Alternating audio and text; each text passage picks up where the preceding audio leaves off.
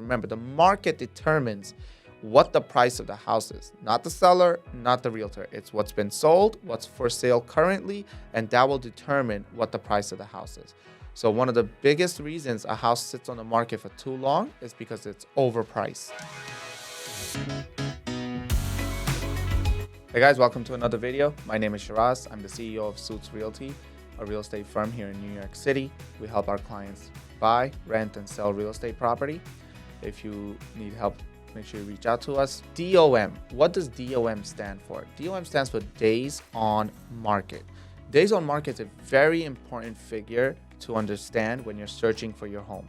When you're searching on Zillow, Trulia, Realtor, anywhere, you can scroll down and you can see when the property was listed, the entire history of the property's listing, as in if the price dropped, price increased, was it off the market, did it come back on the market. Days on market will give you the number that property, since the day it was listed to today, how many days has it been, whether it's 7 days, 90 days, 180, whatever it might be. I'm gonna show you how to use days on market to get the best deal possible. When you're looking at days on market, and if you're looking for a steal on a house, you need to look for properties that have been listed for at least over 30 days.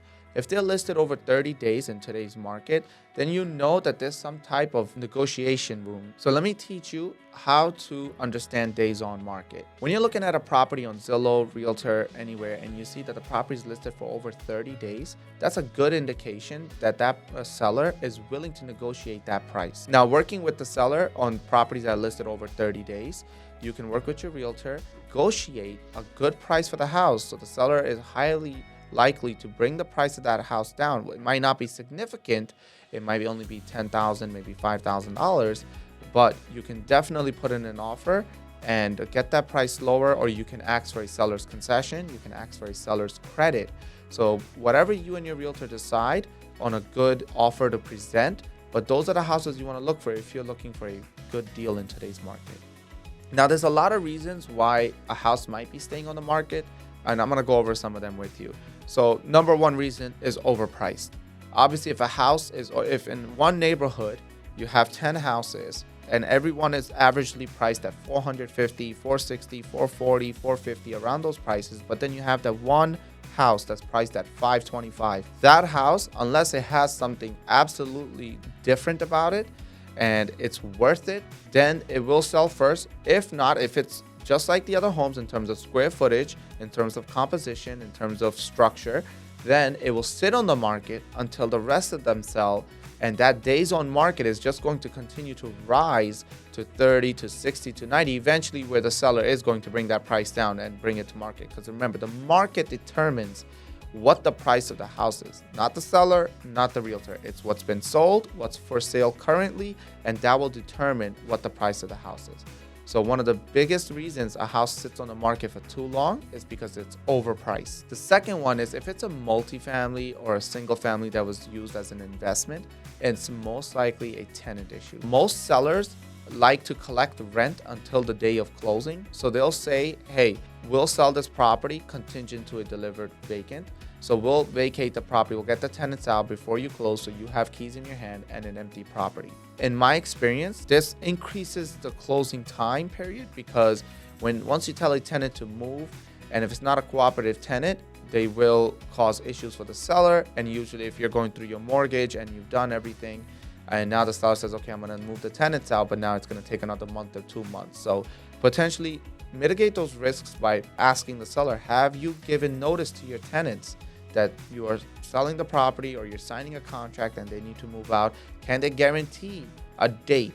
If not, maybe you should put it into the contract. If you cannot close in 30 days or 60 days due to the tenant not vacating the premises, then we want $100 off the property per day that we have to extend after the contract, or $500. Whatever you decide to do, you can definitely put that into the contract. You can force that seller to act sooner than later in order to get those tenants out. Another reason is violations. Sometimes sellers like to put the property on the market to start drawing the attention to their property, and this way they can start a contract, but then they'll let you know, your title company will let you know, hey, this property does have this violation on it, which the seller does know, but they're taking care of it.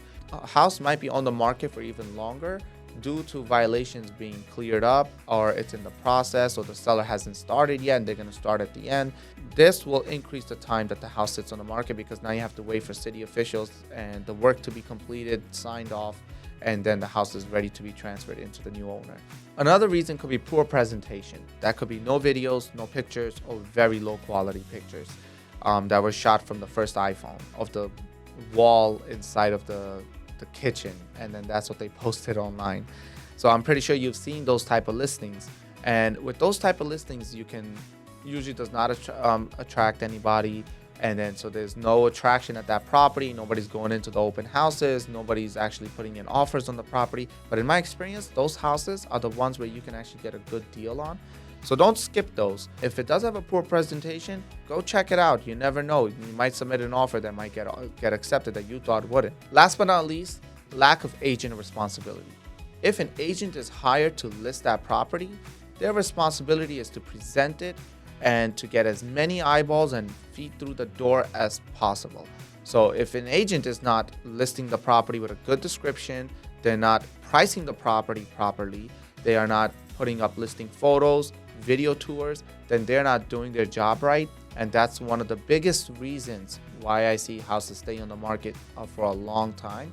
It's just the poor quality agents will put into their listing. Okay, to wrap it up, we talked about 6 things: overpriced, tenants, violations, poor presentation, seller problems, and a lack of agent responsibility. So make sure you understand these. This is why houses might be staying on the market, not because nobody wants to buy them. There's many other reasons.